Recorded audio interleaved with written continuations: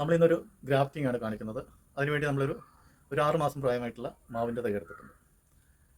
അപ്പോൾ ഇതാണ് നമ്മളെ ഗ്രാഫ്റ്റിങ്ങിനുള്ള മരമായിട്ട് നമ്മൾ ഉപയോഗിക്കുന്നത്.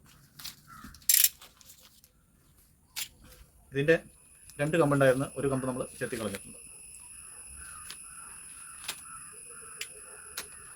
ഇനിയിപ്പോൾ ഒരു കമ്പുണ്ട്, ആ കമ്പ് നമ്മൾ ഗ്രാഫ്റ്റിങ്ങിന് വേണ്ടി കട്ട് ചെയ്തെടുക്കുക. ആ കട്ട് ചെയ്ത് എടുത്ത കമ്പിൻ്റെ നടുകിലായിട്ട് ഒന്ന് പൊളിച്ചു കൊടുക്കുക. ചെറുതായിട്ട് ഒരു ഇഞ്ച് അല്ലെങ്കിൽ 1.5 ഇഞ്ച് നീളത്തിൽ പൊളിച്ചു കൊടുക്കുക. പിന്നെ ഈ എടുക്കുന്നതാണ് നമ്മളതിലെ ഗ്രാഫ്റ്റ് ചെയ്യാനുള്ള കമ്പ്. അതിലൊരു കമ്പാണ് നമ്മൾ എടുക്കുന്നത്. 2 കമ്പ് നമ്മൾ വെട്ടിയിട്ടുണ്ട് മറ്റൊരു മാവിന് വെച്ച് കൊടുക്കാൻ വേണ്ടിയിട്ട്. അപ്പോൾ അത് നമ്മൾ വി മോഡൽ അതിനെ 2 ഭാഗത്തും ചെത്തി കൊടുക്കുക. 2 ഭാഗത്തും ചെത്തി കൊടുത്ത് നല്ല രീതിയിൽ സ്ട്രൈറ്റ് അയച്ച് ചെത്തി കൊടുക്കണം. എങ്കിലേ അത് നല്ല രീതിയിൽ ഈ ഗ്യാപ്പിലേക്ക് ഒതുങ്ങി കിട്ടുള്ളൂ. അപ്പോൾ നമ്മൾ ഗ്രാഫ്റ്റിങ്ങിനായിട്ട് എടുത്തിട്ടുള്ളത് നമ്മളെ പേരക്ക മാവിൻ്റെ കമ്പാണ്. നല്ല ഇനം മാവാണ്. അത് ഇതുപോലെ അതിൻ്റെ ഗ്യാപ്പിലേക്ക് തോലിറക്കം വരാത്ത രീതിയിൽ സ്മൂത്തായിട്ട് വെച്ച് കൊടുക്കുക. പിന്നീട് ഗ്രാഫ്റ്റിംഗ് ടേപ്പ് എടുത്ത് നല്ല രീതിയിൽ മുറുക്കി ചുറ്റി കൊടുക്കുക.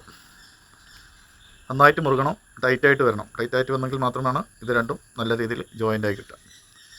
ഗ്യാപ്പുകളൊന്നും ഇല്ലാത്ത രീതിയിൽ ഈ മരങ്ങൾ തമ്മിൽ 2 കമ്പുകളും കൂടി തമ്മിൽ നല്ല രീതിയിൽ ഒട്ടിപ്പിടിച്ച് നിൽക്കണം. എങ്കിൽ മാത്രമാണ് അത് എവിടെയെങ്കിലും ഒരു സ്ഥലത്ത് ഗ്രാഫ്റ്റിംഗ് നടന്നു കഴിഞ്ഞാൽ പിന്നെ ഓട്ടോമാറ്റിക്കലായിട്ട് നല്ല രീതിയിൽ നടന്നോളും.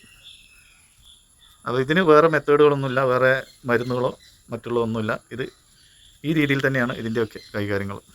ഇപ്പോൾ നമ്മൾ ഗ്രാഫ്റ്റിംഗ് ഒക്കെ കഴിഞ്ഞു. ഇനി നമ്മൾ അതൊന്ന് പൊതിഞ്ഞ് കെട്ടണം. അതിനുവേണ്ടി നമ്മൾ പ്ലാസ്റ്റിക് കൊണ്ട് ഇതുപോലത്തെ സിപ്പപ്പിൻ്റെ കവർ ഉണ്ടാക്കുകയോ അല്ലെങ്കിൽ സിപ്പപ്പിൻ്റെ കവറുകൾ വാങ്ങുകയോ ചെയ്താൽ മതി.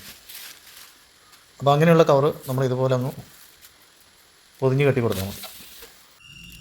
ഇങ്ങനെ ജോയിൻ്റായിട്ട് കെട്ടിക്കഴിഞ്ഞാൽ പിന്നെ അതിലേക്ക് വെള്ളമോ ഈർപ്പമോ കൂടുതൽ വെയിലോ തട്ടാത്ത രീതിയിൽ അങ്ങനെയുള്ള സ്ഥലത്തേക്ക് മാറ്റി വെക്കുക.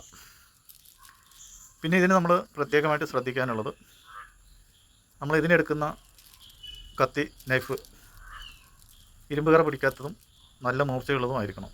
അത് പ്രത്യേകം ശ്രദ്ധിക്കണം. ഇരുമ്പ് കറ പിടിച്ചു കഴിഞ്ഞാൽ ഒരിക്കലും ഗ്രാഫ്റ്റിംഗ് നടക്കില്ല. അപ്പോൾ ഇതിൻ്റെ വളർന്നു വരുന്ന വീഡിയോകളൊക്കെ നമുക്ക് മറ്റൊരു വീഡിയോയിൽ കാണാം. അത്തരം തൈകളാണ് നമ്മളിവിടെ കൊണ്ടുവന്ന് ഒരു 6 മാസമോ 1 വർഷമോ അതിന് ശേഷം കായ പിടിക്കാൻ തുടങ്ങും. അപ്പോൾ നമ്മൾ എങ്ങനെയാണോ അതിനെ വളർത്തുന്നത് അതിൻ്റെ രീതിയിലാണ് അതിൻ്റെ കായ പിടിക്കലും മറ്റുമൊക്കെ. നമ്മളൊരു മാവിൻ തൈ കൊടുന്ന് വെയിലില്ലാത്തൊരു സ്ഥലത്തൊക്കെ നമ്മൾ വളം ഉപയോഗിച്ച് നന്നായിട്ട് നട്ടു കൊടുത്താൽ അത് അതേപോലെ നിൽക്കുക എന്നല്ലാതെ വളർച്ചയൊന്നും ഉണ്ടാവില്ല. അപ്പോൾ ഇതിനൊക്കെ വേണ്ടത് ഏറ്റവും സൂര്യപ്രകാശമാണ്. അപ്പോൾ സൂര്യപ്രകാശം കിട്ടുന്ന സ്ഥലത്ത് അല്ലെങ്കിൽ ഒരു ചട്ടിയിൽ അതിൻ്റെ വളർച്ച സമയത്തെങ്കിലും നമ്മൾ അതിന് സൂര്യപ്രകാശം തട്ടിച്ചുകൊണ്ടിരിക്കണം. എന്നെങ്കിൽ മാത്രമേ അത് നല്ല രീതിയിൽ വളരുള്ളൂ. ഇതൊരു 1.5 മാസം മുമ്പേ നമ്മൾ വളരെ ചെറിയ എത്ര പോകുന്നൊരു തൈ വാങ്ങിയതാണെന്ന് പറഞ്ഞാൽ നിങ്ങൾക്ക് വിശ്വാസമല്ല. കാരണം അതിൻ്റെ സൂര്യപ്രകാശത്തിൻ്റെ രീതിയിലാണ് അതിൻ്റെ വളർച്ച.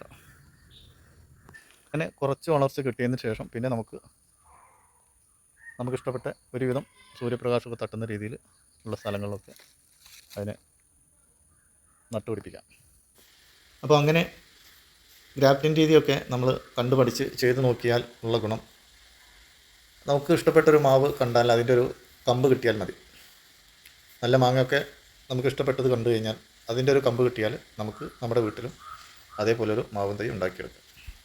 ഈ മാവിൻ തൈ എവിടെ നിന്ന് കിട്ടി എന്ന് അന്വേഷിക്കുകയൊന്നും വേണ്ട. ഈ മാവിൻ്റെ ഒരു കമ്പ് തരുമോ എന്ന് ചോദിച്ചാൽ മാത്രം മതി. അപ്പോൾ വീഡിയോയിൽ പറഞ്ഞതൊക്കെ കൃത്യമാണെന്ന് തോന്നിയാൽ നമ്മുടെ വീഡിയോ ഒക്കെ മറ്റുള്ളവർക്കും ഷെയർ ചെയ്ത് എത്തിച്ചു കൊടുക്കുക. നമ്മളെ സപ്പോർട്ട് ചെയ്യാൻ മറക്കല്ലേ. മറ്റൊരു വീഡിയോയുമായിട്ട് നമുക്ക് വീണ്ടും കാണാം. Okay, bye bye.